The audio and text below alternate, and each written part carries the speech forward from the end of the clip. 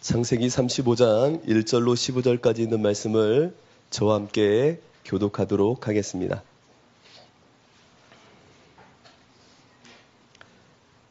찾으셨죠? 함께 교독하십니다. 하나님이 야곱에게 이르시되 일어나 베델로 올라가서 거기 거주하며 내가 내 형 에서의 낯을 피하여 도망하던 때에 내게 나타났던 하나님께 거기서 제단을 쌓으라 하신지라.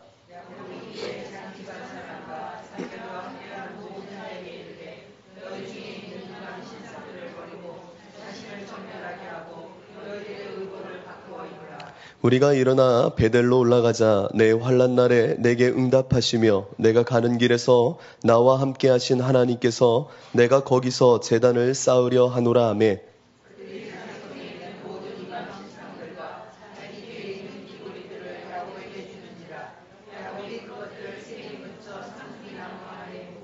그들이 떠났으나 하나님이 그 사면 고을들로 크게 두려워하게 하셨으므로 야곱의 아들들을 추격하는 자가 없었더라.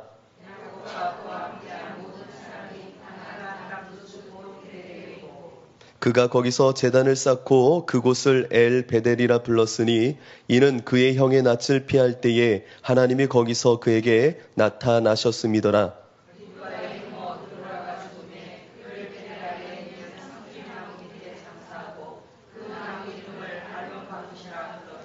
야곱이 밧단 아람에서 돌아오매 하나님이 다시 야곱에게 나타나사 그에게 복을 주시고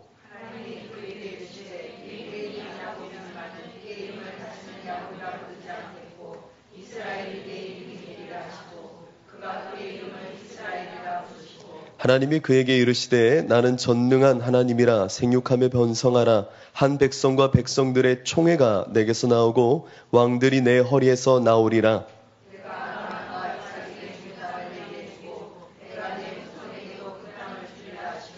하나님이 그와 말씀하시던 곳에서 그를 떠나 올라가시는지라.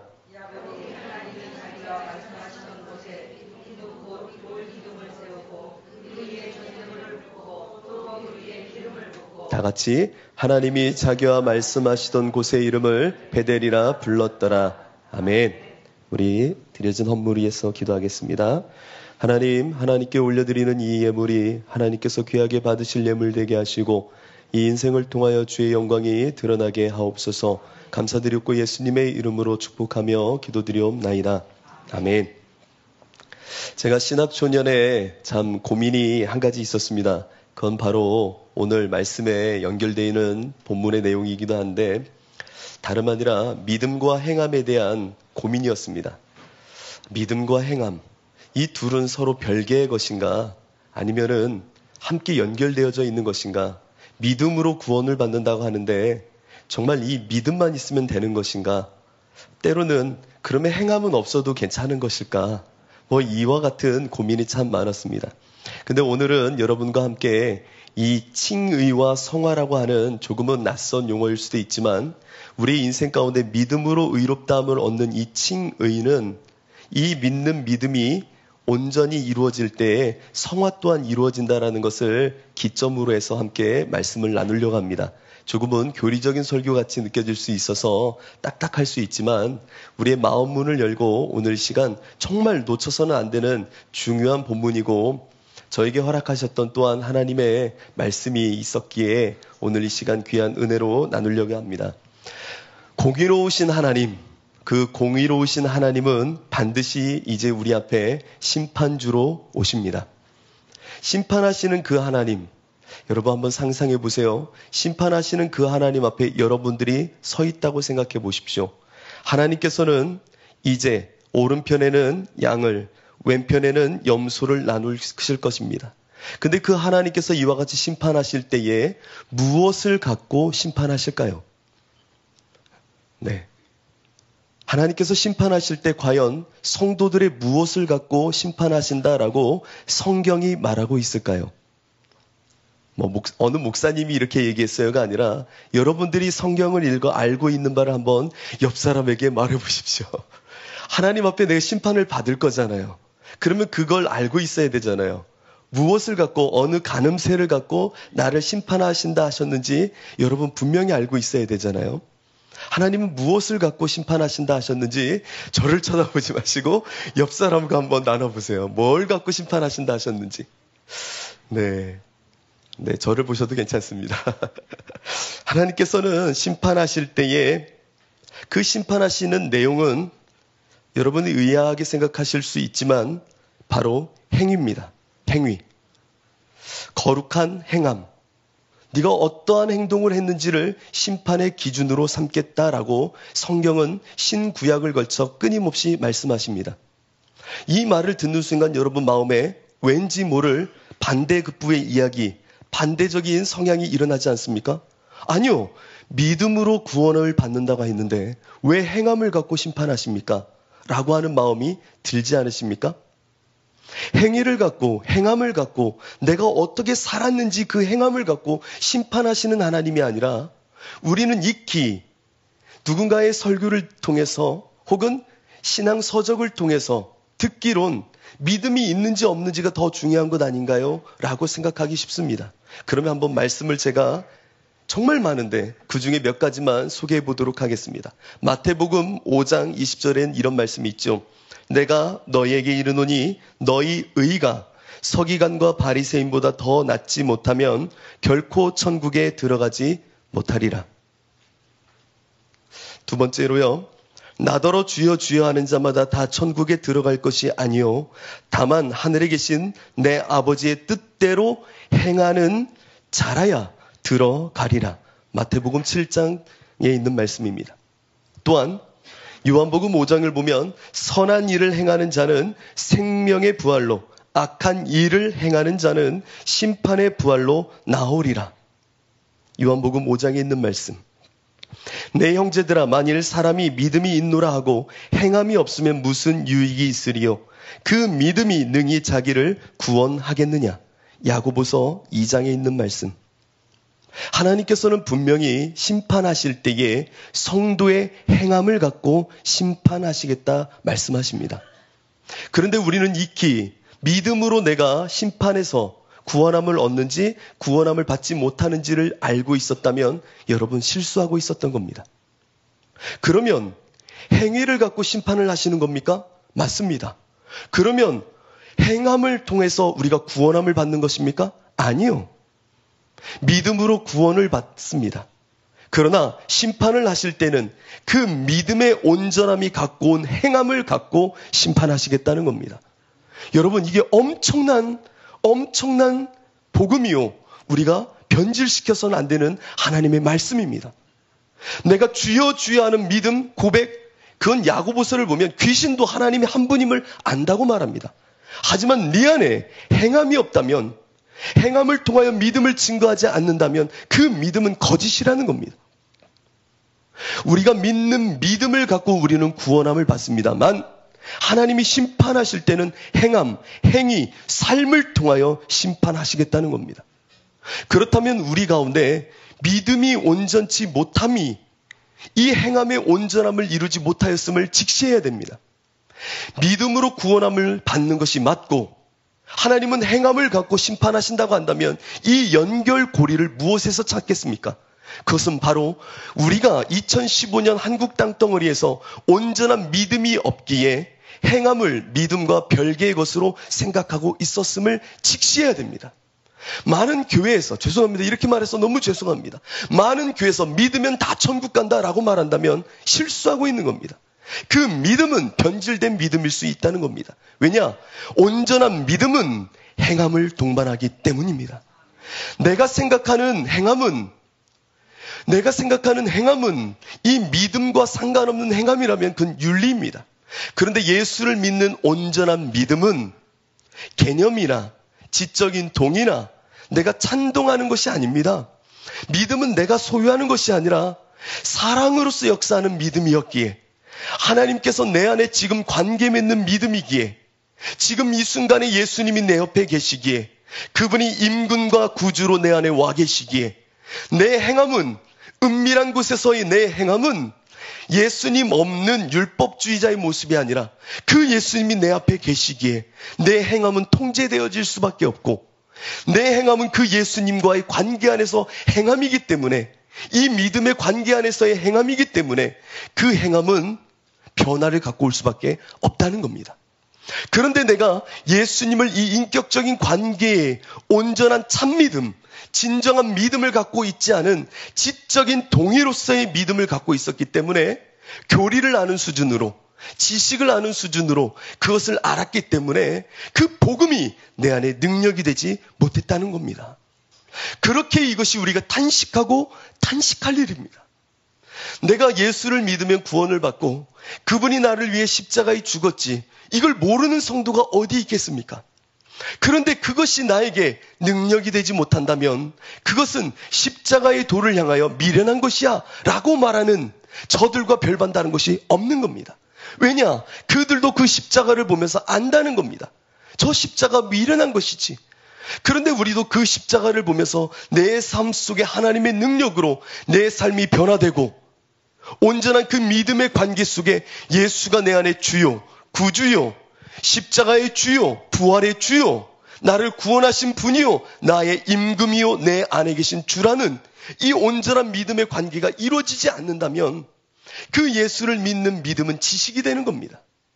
실제 내 안에 능력이 없다면 여러분, 하나님이 마지막 심판 때에 무엇을 갖고 심판하신다고요? 행함을 갖고 심판하신다는 겁니다. 그러면 그 행함을 갖고 심판하신다는 얘기는 온전한 믿음을 반증하는지를 보겠다는 겁니다. 그러면 내 안에 칭의, 믿음으로써 의롭다함을 얻은 이 칭의, 이 믿음은 반드시 성화의 믿음을 갖고 오게 되어 있다는 겁니다.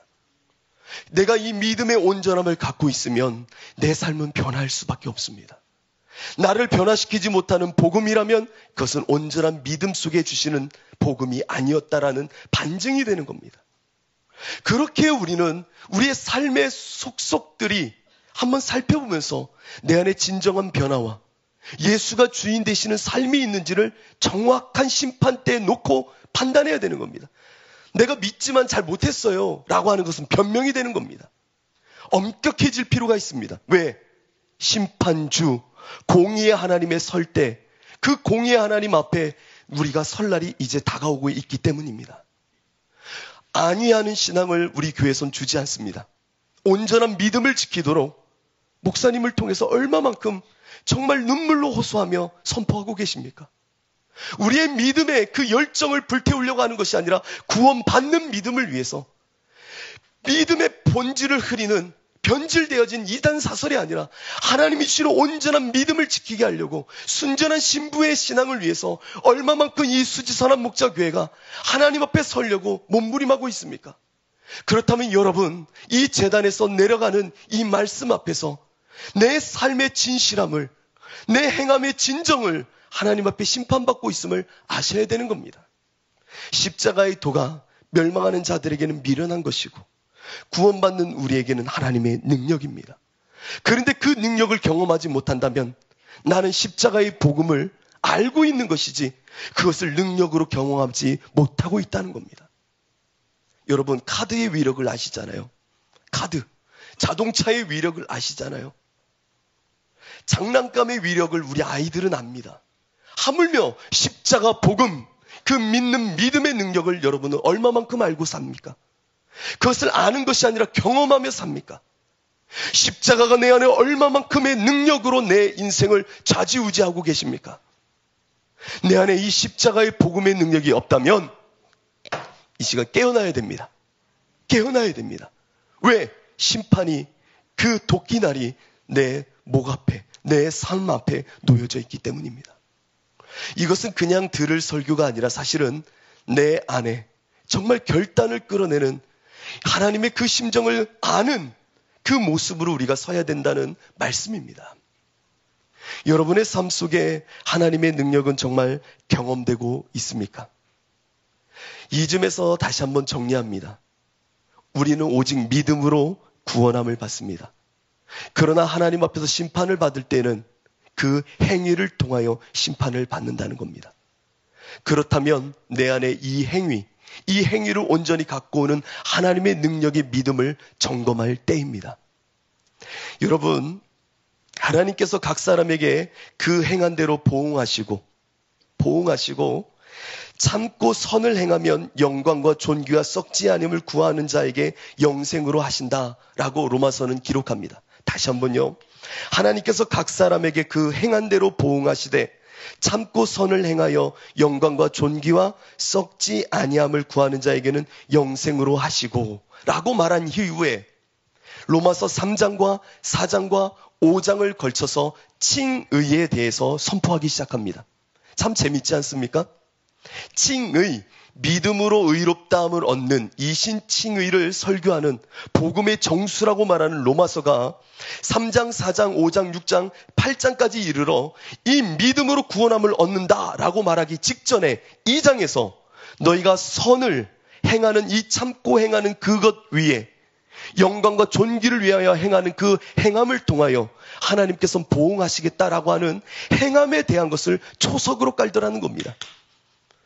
왜 로마서는 믿음에 대하여 강조하기 직전 2장에서 이 행함에 대해서 초석으로 깔고 있을까요? 그것은 믿음의 온전함을 보여주기 위해서, 믿음이 어디 위에 세워져 있는지를 보여주기 위해서 2장에 이 행함을 통하여 하나님께서는 보응하시고 그것을 응답하시겠다라고 말하고 있는 겁니다. 그렇게 우리가 행함을 결부한 믿음만을 강조한다면 복음을 변질시킬 수 있다는 겁니다. 야고보서는 이렇게 말합니다. 정말 재밌는 말이죠. 어떤 사람은 말하기를 너는 믿음이 있고 나는 행함이 있으니 행함이 없는 내 믿음을 내게 보이라. 나는 행함으로 내 믿음을 내게 보이리라 하리라. 네가 하나님은 한 분이신 줄을 믿느냐? 잘 아는도다. 귀신들도 믿고 떠드느니라. 아, 허탄한 사람아, 행함이 없는 믿음이 헛것인 줄을 알고자 하느냐? 우리 조상 아브라함이 그 아들 이삭을 제단에 바칠 때에 행함으로 의롭다 하심을 받은 것이 아니냐?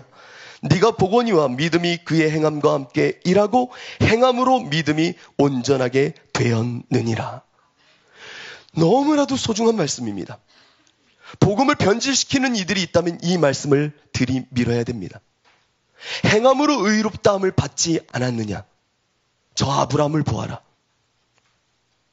여러분, 우리는요, 믿음이 있다 하면서 행함이 없으면 행함이 있는 이들이 말합니다. 나는 행함을 통하여 내 믿음을 반증하고 보여주겠다. 너는 믿음만 있다 하고 행함이 없는데 너의 믿음은 도대체 뭐냐? 나는 하나님의 한 분임을 믿는다. 십자가의 주님을 믿는다. 그러나 그건 귀신도 안다. 너는 행함이 있느냐? 없다는 겁니다. 없다는 겁니다.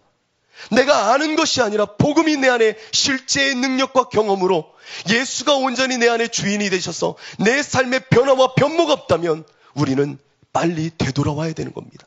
복음으로, 믿음으로, 온전한 믿음으로 돌아와 주님과 나와의 이 믿음의 온전함은 내 안에 실제적인 능력과 경험이 됨을 우리는 선포하며 경험해야 되는 겁니다.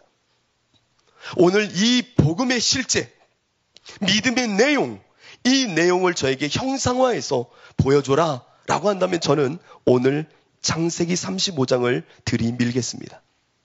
왜냐? 창세기 35장에 나오는 야곱, 이 야곱의 이야기를 저는 이 행함을 향한, 믿음의 온전함을 향한, 성화의 삶을 향한 저 천국을 바라는 그리스도인들의 형상의 모습을 정말 고스란히 담고 있다라고 저는 정말 설교하고 싶어요. 말하고 싶어요. 외치고 싶다는 겁니다. 그래서 오늘 이 야곱은 그래, 야곱이 이스라엘이 되었지라고는 변화의 관점으로 볼 것이 아니라 정말 구원받는 믿음의 인생의 내용, 믿음의 내용, 복음의 경험, 실제의 삶의 그 치열함과 예수를 믿는다 함의 그 정결함과 행함의 온전함을 보여주는 사건, 그건 바로 야곱이었다는 겁니다. 이 야곱을 보되 특별히 야곱의 절뚝거림을 보려고 합니다. 야곱의 절뚝거림.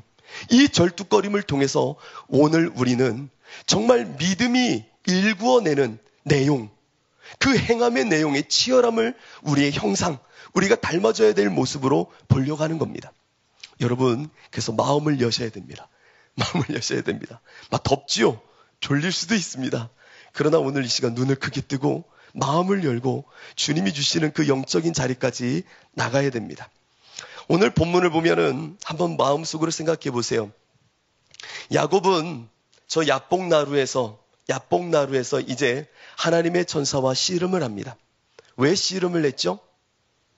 형 에서를 만나러 갈 때에 형 에서가 400여 명이 되는 군대를 이끌고 죽이려고 하는 그 심정 속에 나귀와 양과 소와 노비를 먼저 보냅니다. 왜? 형의 마음을 달래보려고. 그런데 형의 마음이 풀렸을까요? 안 풀리는 겁니다. 그래서 마지막 최후의 보루로 이제 자기의 자녀들과 아내와 이 소산을 이제 정비하고 보내기 직전에 홀로 남아 약복강변에서 하나님과 씨름을 하기 시작합니다. 이 씨름을 통해서 하나님이 주신 것이 무엇이었습니까? 흔히들 이렇게 말합니다. 야곱이 이스라엘이 되었습니다. 변화. 둘째, 이스라엘이란 축복을 받았습니다. 축복. 그런데요, 실제 눈에 보이는 야곱의 모습 속에 축복은 없었습니다. 단 하나만 있었습니다. 그건 바로 환도뼈를 내리쳐 평생에 절뚝거리는 인생이 된 겁니다.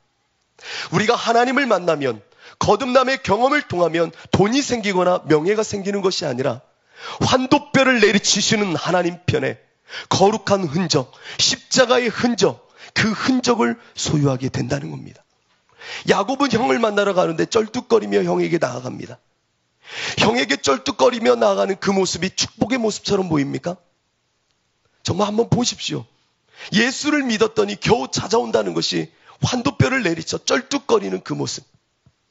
내가 물과 성령으로 거듭났더니 내 인생이 쩔뚝거리는 모습이 되어졌다.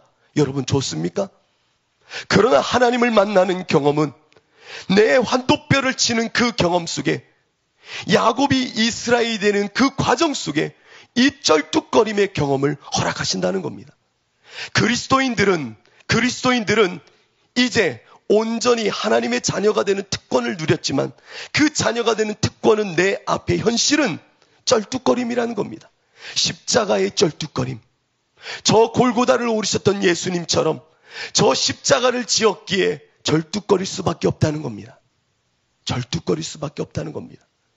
여러분 얼마만큼 이 예수님을 통해서 오늘 이 3일간의 일정 속에 얼마만큼 쩔뚝거리셨습니까? 하나님 때문에, 하나님이 주시는 이 흔적 때문에 얼마만큼 예수님 때문에 쩔뚝거리며 사셨습니까? 내 안에 그 예수님 때문에 얼마만큼 내가 몸부림치며 쩔뚝거리며 살아오셨냐는 얘기입니다. 우리의 믿음의 행함은 이 절뚝거림입니다. 성령의 소욕과 육체의 소욕은 마주칠 수밖에 없습니다. 내 안에 십자가의 흔적, 예수의 흔적을 가졌다라고 말했던 저 바울도 평생 절뚝거리며 살았던 인물이요.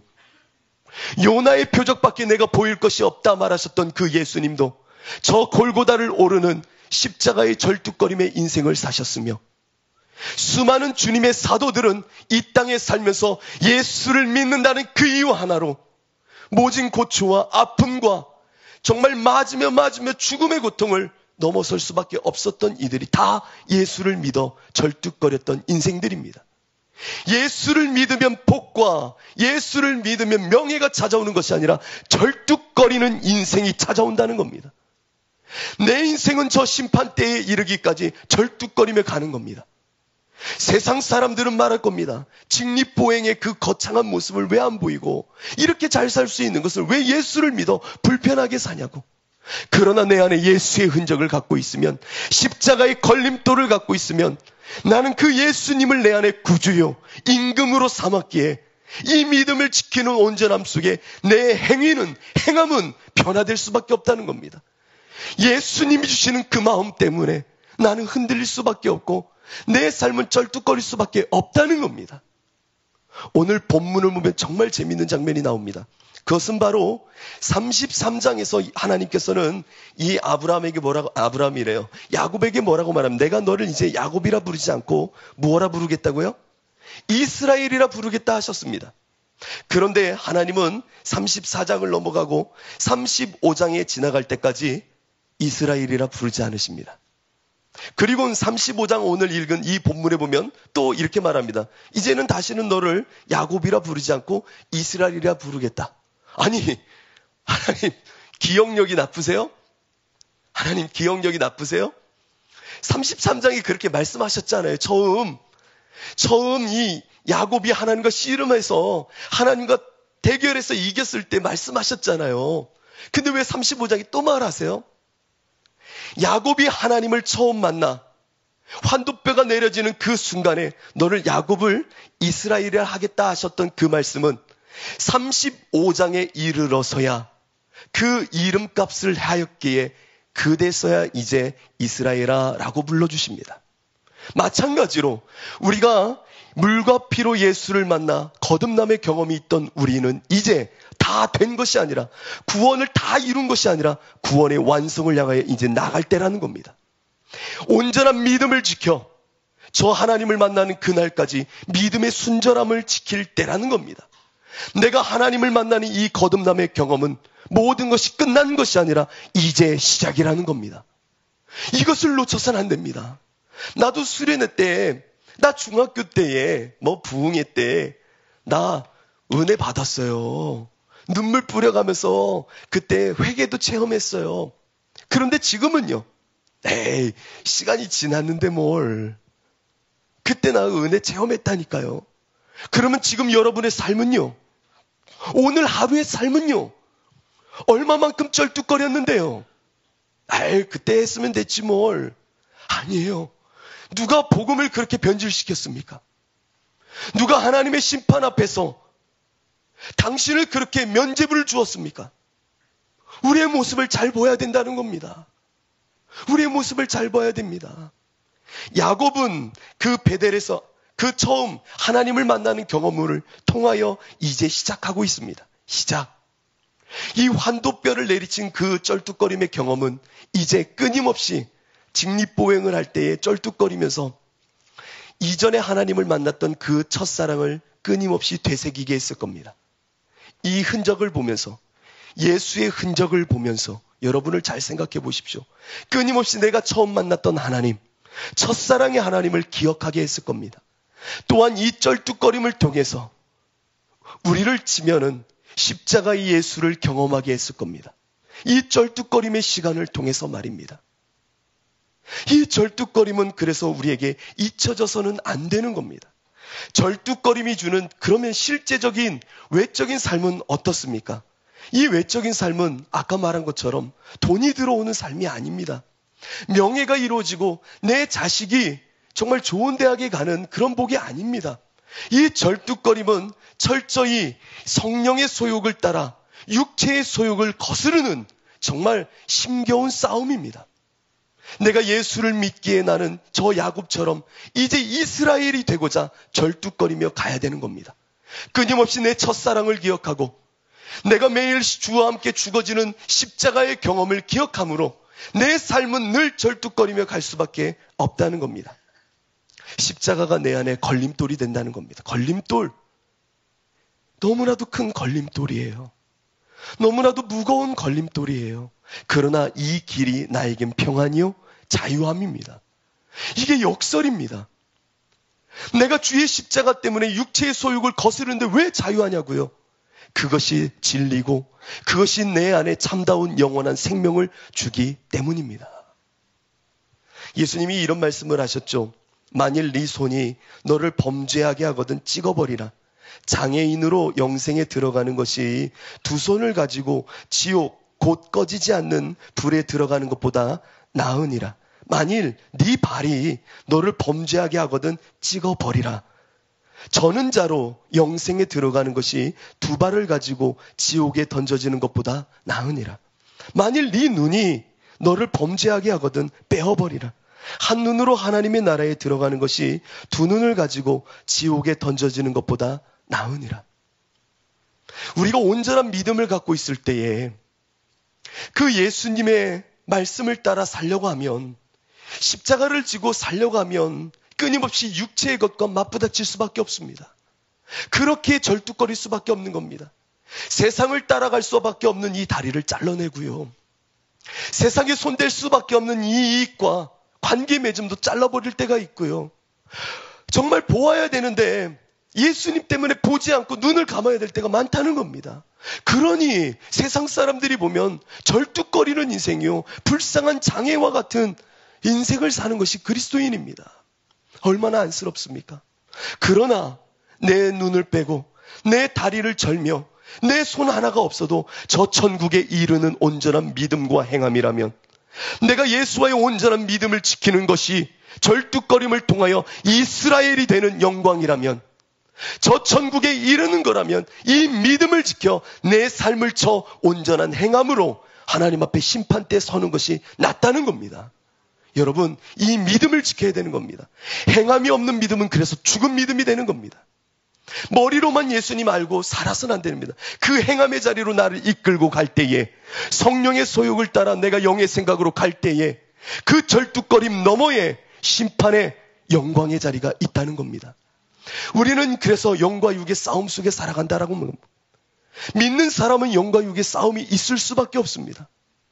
믿지 않는 사람에게는 이런 싸움이 없어요. 오직 한 길만 있습니다. 육체의 정욕과 이생의 자랑과 안목의 정욕을 사랑하는 그 한 길만이 놓여져 있습니다. 그러나 물과 피로 거듭난 자에게는 성령의 길, 생명의 길, 진리의 길이 확 도드라져 보이니 이 갈림길 속에 절뚝거리며 주님 위하여 살 수밖에 없다는 겁니다. 이 마음은요, 우리의 일상의 소소한 곳에 예수님이 주인 되시면, 구주 되시면, 주 되실 뿐만 아니라 구주 되시면, 십자가의 주님뿐만 아니라 부활의 주님이 내 안에 계시면, 구주뿐만 아니라 임금 되신 그분이 내 안에 계시면 내 삶은 늘 불편해지는 겁니다. 제가요, 이 간증이 좋은 예가 될지 모르겠습니다만, 목회자로서 창원에서 목회할 때에 부흥회가 끝났는데 제가 그 당시에 회계를 맡고 있었습니다. 부흥회가 끝나고 났는데 감사헌금 봉투가 이만큼 올라와 있더라고요. 헌금 개수를 다 마치고 났는데 목사님께 여쭤봤습니다. 목사님, 이 헌금 봉투 어떻게 하나요? 그랬더니 목사님이 그러시는 거예요. 이전수사가 그거 처리해. 땅에 묻던지 이렇게 파쇄해. 그러시는 겁니다. 그래서 제가 그랬어요. 목사님, 여기 기도 제목이 이렇게 많은데요? 그때 목사님이 그러시는 겁니다. 아까 제단에 올려서 기도했으니까 괜찮아 라고 말씀하시는데 제 마음속에 이런 생각이 드는 겁니다. 너 개척교회 전도사잖아. 할 일 없잖아. 새벽에 그 모든 감사헌금 네가 갖다가 기도해. 그 간구하며 소원 네가 기도하면 되잖아 라고 하면서 성령이 이 마음을 확 주시는 겁니다.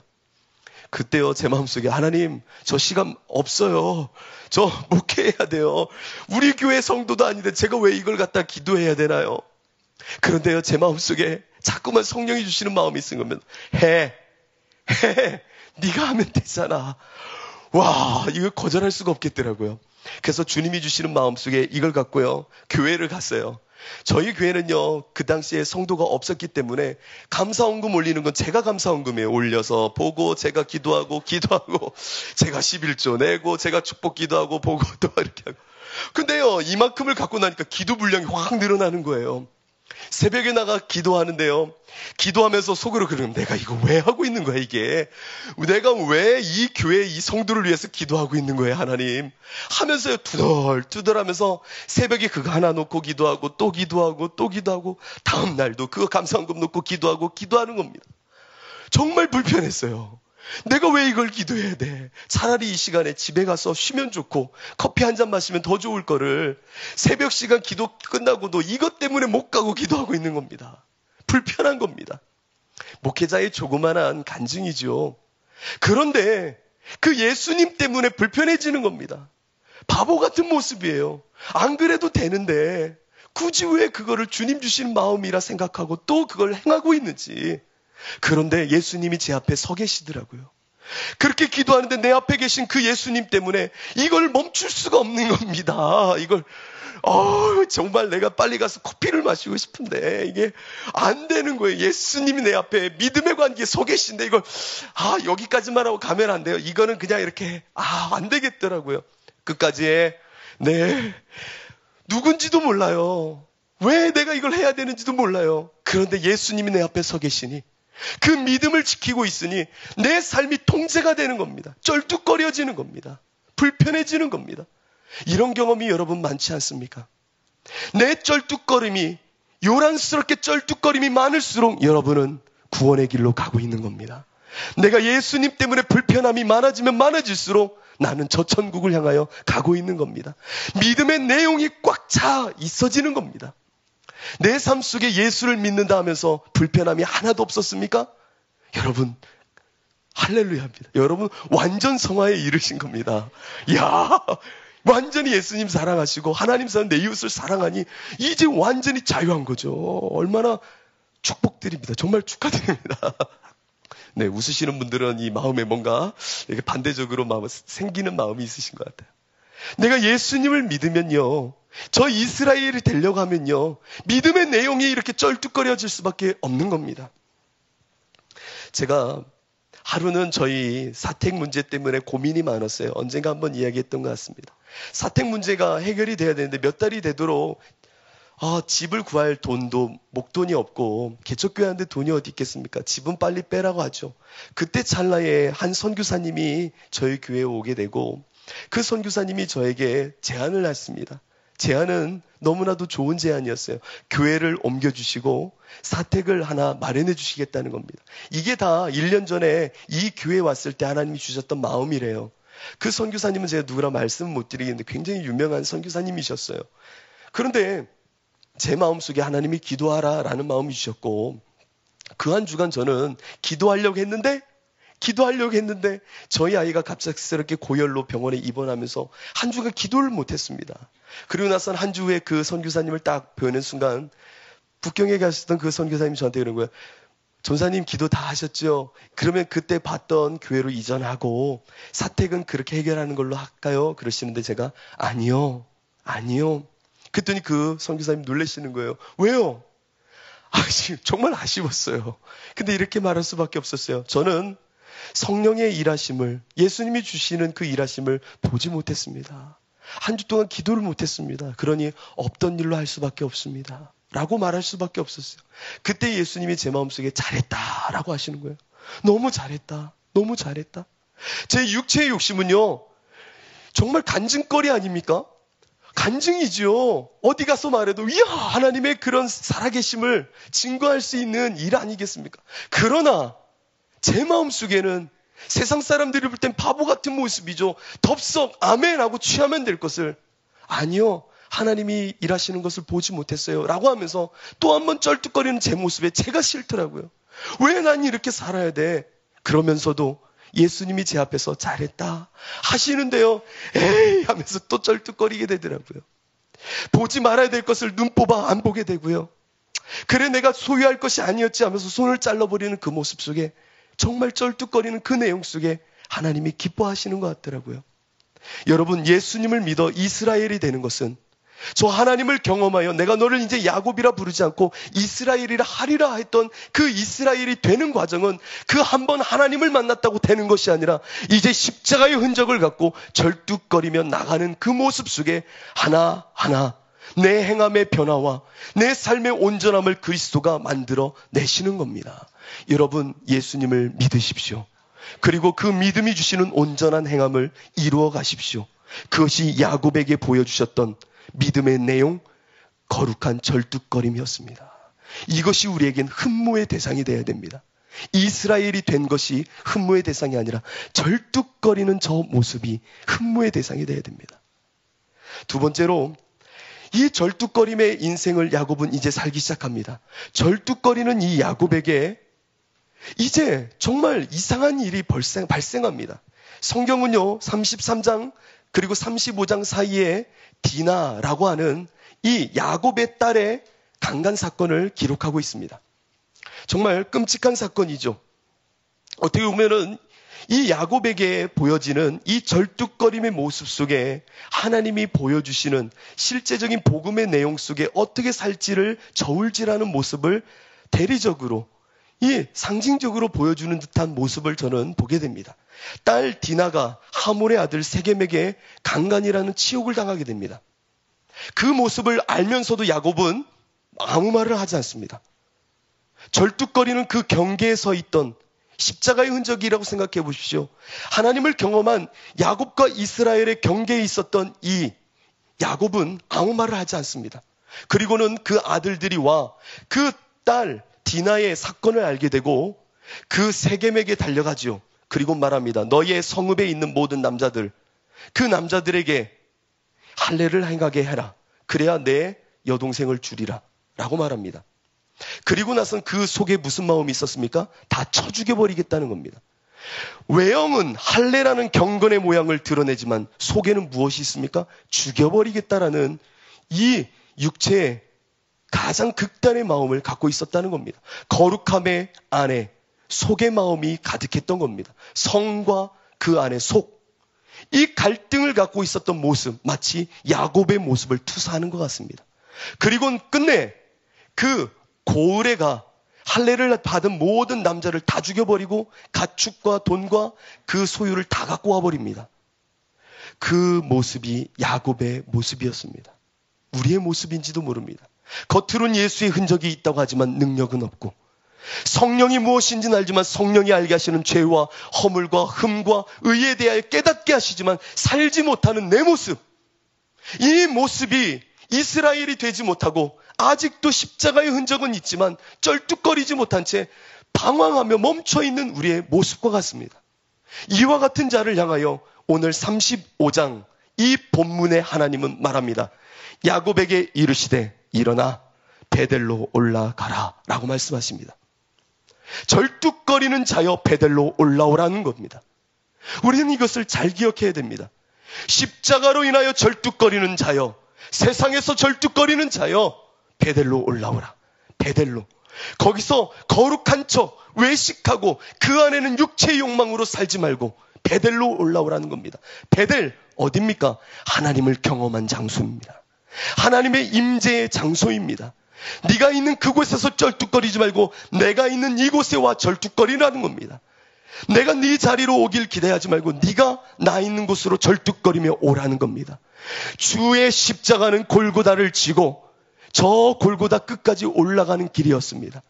주의 십자가는 정말 쩔뚝거리며 나를 쩔뚝거리게 만들어 저 골고다까지 치밀어 올라가게 했습니다. 하나님이 임하시는 곳, 십자가의 복음이 완성되는 그곳까지 예수님은 쩔뚝거리며 올라가셨던 겁니다.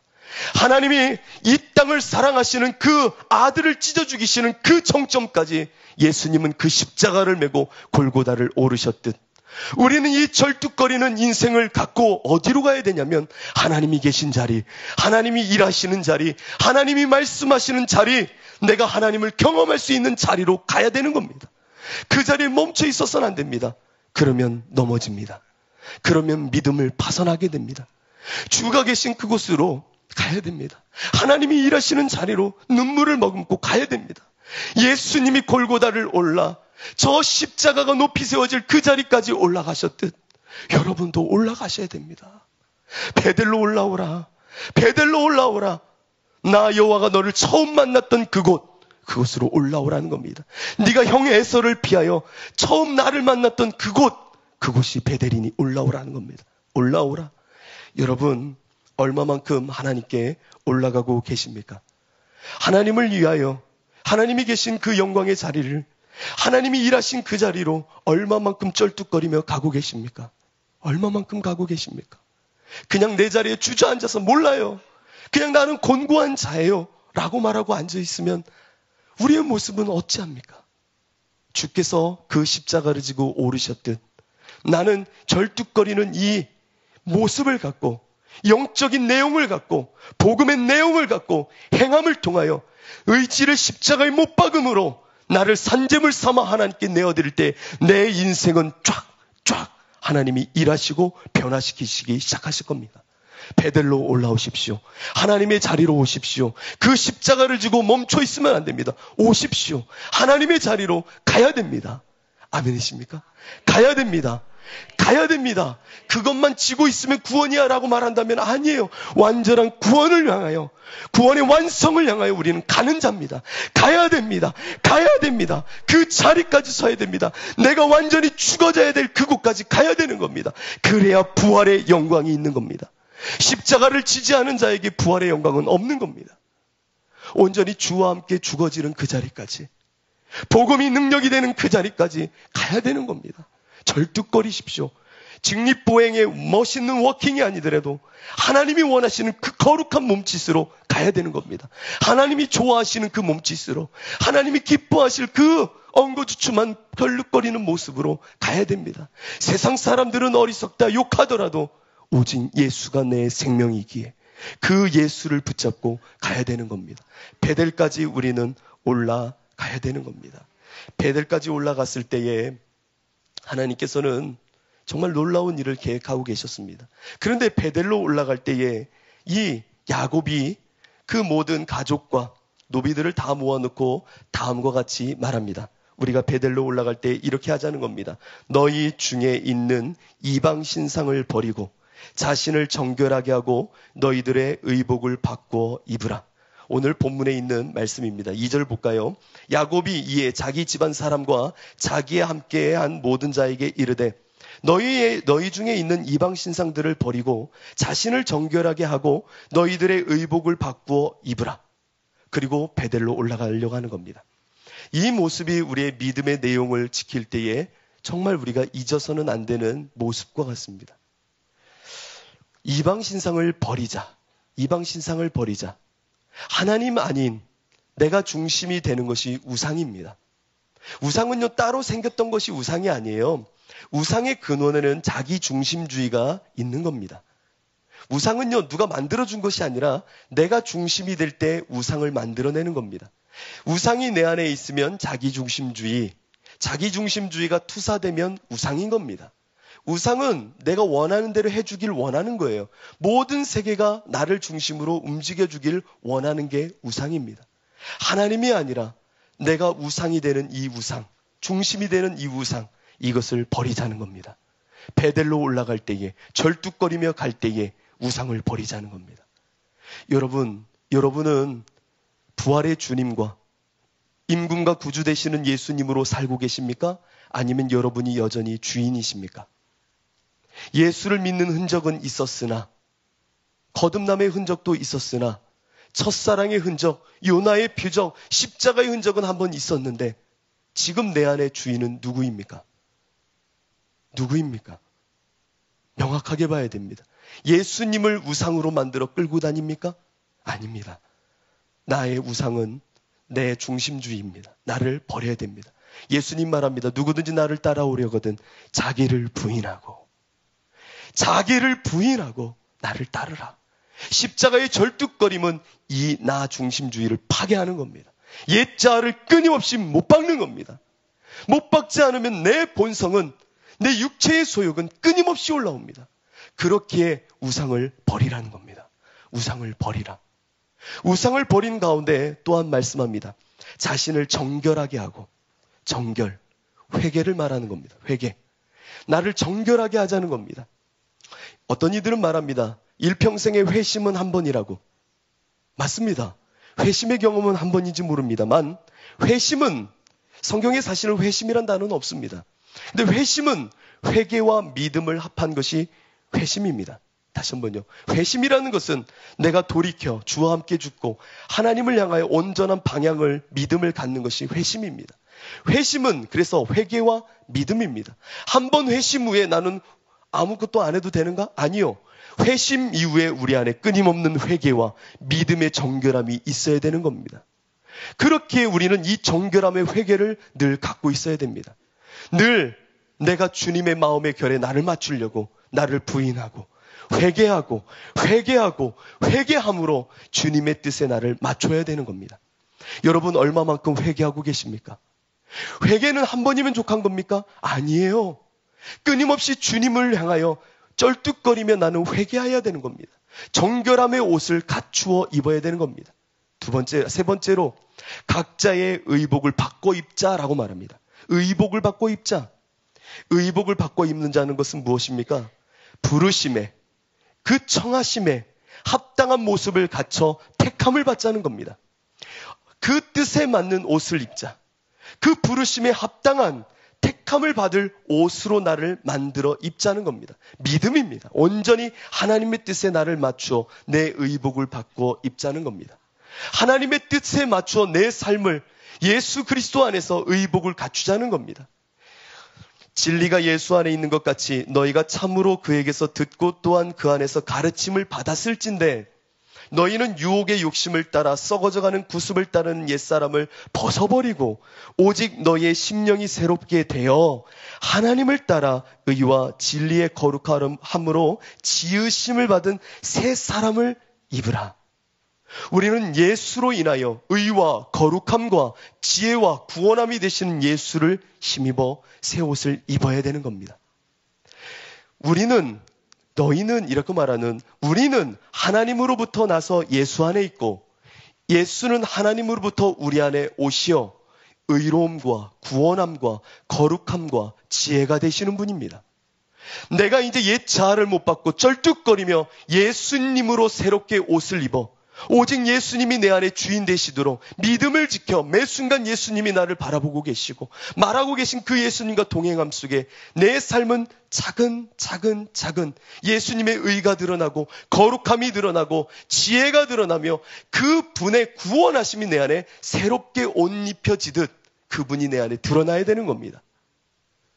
여러분, 내가 새롭게 의복을 갈아입는다는 것은 하나님의 뜻에 맞춰 내 삶이 예수로 옷 입혀지는 겁니다. 그 뜻을 향하여 예수님이 가르치시는 것을 향하여 지혜를 구하며 그분으로 살아간다는 겁니다. 여러분, 천국에 대한 비유 마태복음 22장에 있는 말씀을 기억하십니까? 임금이 손님들을 불렀던 장면, 임금이 손님을 불렀던 장면 한번 잘 생각해 보십시오. 하루는 종들을 불러 말합니다. 야, 내 아들이 장가를 간다. 가서 많은 사람들을 내가 청한 사람들을 불러오라. 그래서 가서 말하죠. 오늘 임금의 아들이 결혼식입니다. 와주십시오. 그랬더니 뭐라고 말합니까? 만난 대로 청하지만 그들이 말하기를 나는 밭으로 가고 사업해야 되고 일이 많아서 못 갑니다. 라고 말합니다. 그래서 임금이 화가 났죠. 그래서 말합니다. 저 사거리로 가서 사람들을 청하여 마구 내 집을 채워라. 그러자 사거리에 가서 사람들을 다 채워옵니다.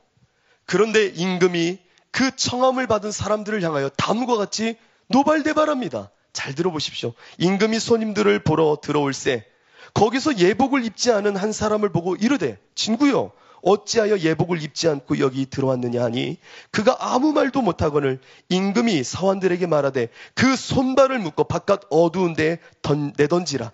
거기서 슬피 울며 이를 갈게 되리라 하니라. 청함을 받은 자는 많되 택함을 입은 자는 적으니라. 천국에 대한 비유입니다. 청함을 받아 이 자리에 온 자는 많되 예수로 의복을 입어 정결한 순결한 저 신부의 옷을 입어 택함을 받는 자는 적다는 겁니다. 우리는 십자가의 그 흔적만을 갖고 있는 자가 아니라 예수로 새롭게 옷을 입어 택함을 받는 자들이 돼야 되는 겁니다.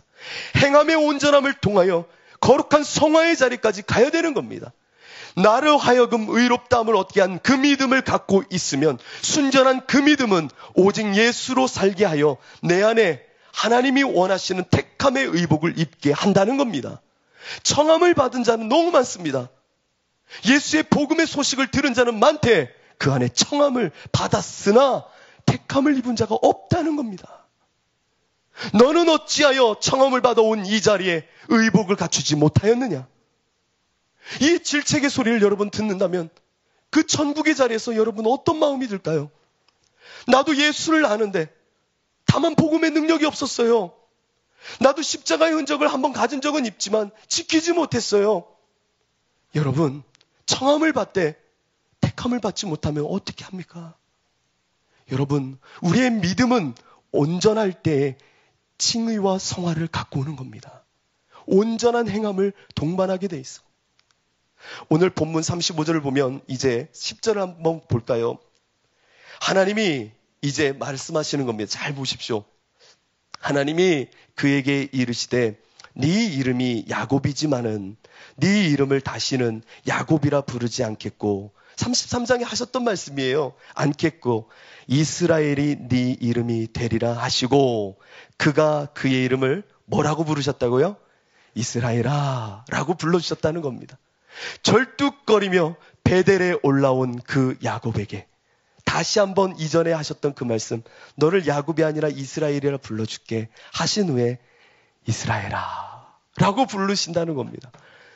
여러분 별로 이렇게 감격이 안 되시나 봐요. 이스라엘아, 이스라엘아. 사기꾼, 속이는 자라고 이름 지어졌던 야곱이 하나님과 겨루어 이긴 자 이스라엘. 온 민족을 대표하는 거룩한 백성의 이름 이스라엘. 그 이스라엘이 되어졌다는 겁니다. 이 이름이 택한 그 목적에 합한 자가 되어졌다는 겁니다. 여러분을 향하여 하늘아버지께서 이스라엘아 라고 부르시듯 그 절뚝거림의 인생을 잘 살고 나에게 왔다. 아들아, 내 딸아 라고 말할 그날이 기다려지지 않습니까? 안 기다리시나 본데 기다리시지 않습니까? 여러분 마음껏 쩔뚝거리십시오. 이게 우리에게 믿음의 내용입니다. 이것이 내가 주님을 믿는 온전함의 모습입니다.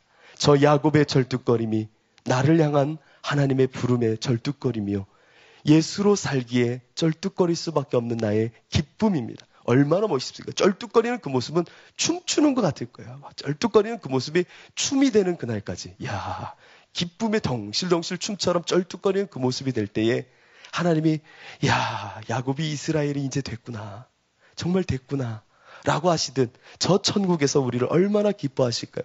그래서 우리는 고귀한 자입니다. 세상이 흉내낼 수 없는 거룩한 몸짓을 갖고 있는 자들입니다.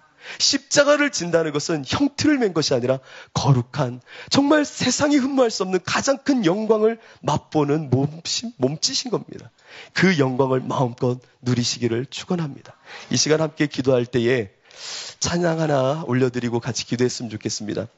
지존하신 주님 이름 앞에 이제 예수님이 정말 내 안에 그리스도가 되길 원합니다.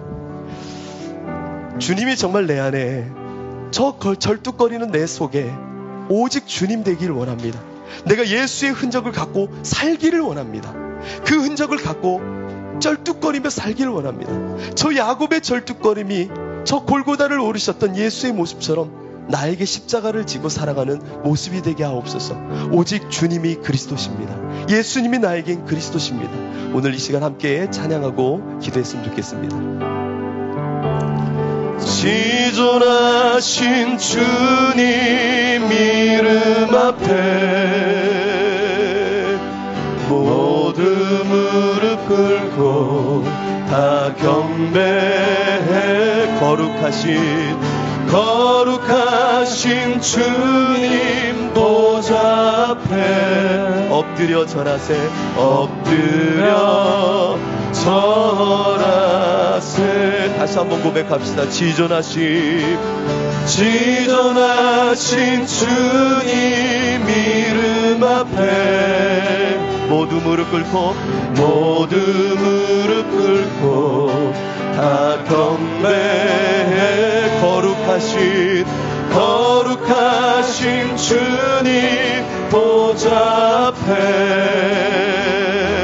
엎드려 절하세. 아멘. 예수는 그리스도, 예수는 주님, 예수는 주, 하나님의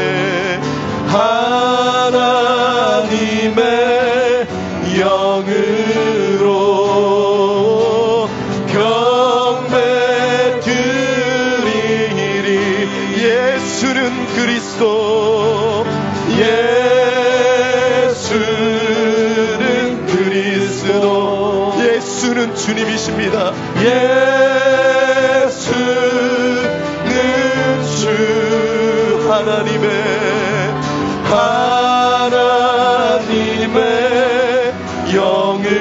영으로 경배.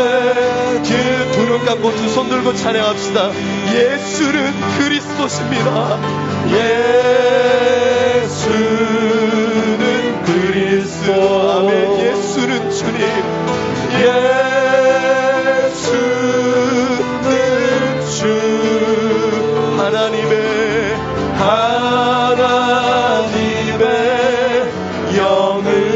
영으로 경배든. 마지막으로 예수는 그리스도,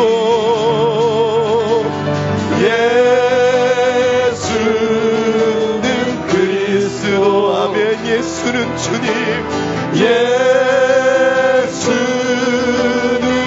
주, 하나님의 영으로 경배드리니. 아멘. 주여 하나님, 내가 주님을 고백합니다. 예수가 내 인생의 그리스도임을 고백합니다. 내가 이제 저 주님과 함께 절뚝거리며 살길 원합니다. 하나님이 부르시는 그날까지 주와 함께 죽어지며 저 십자가에 절뚝거리며 살아감이 내 믿음의 내용이요 행함의 모습임을 고백하오니, 하나님, 내가 주와 함께 죽어지게 하시고 절뚝거리며 살게 하여 주옵소서. 이 시간 주여 한번 부르시고 기도하도록 하겠습니다.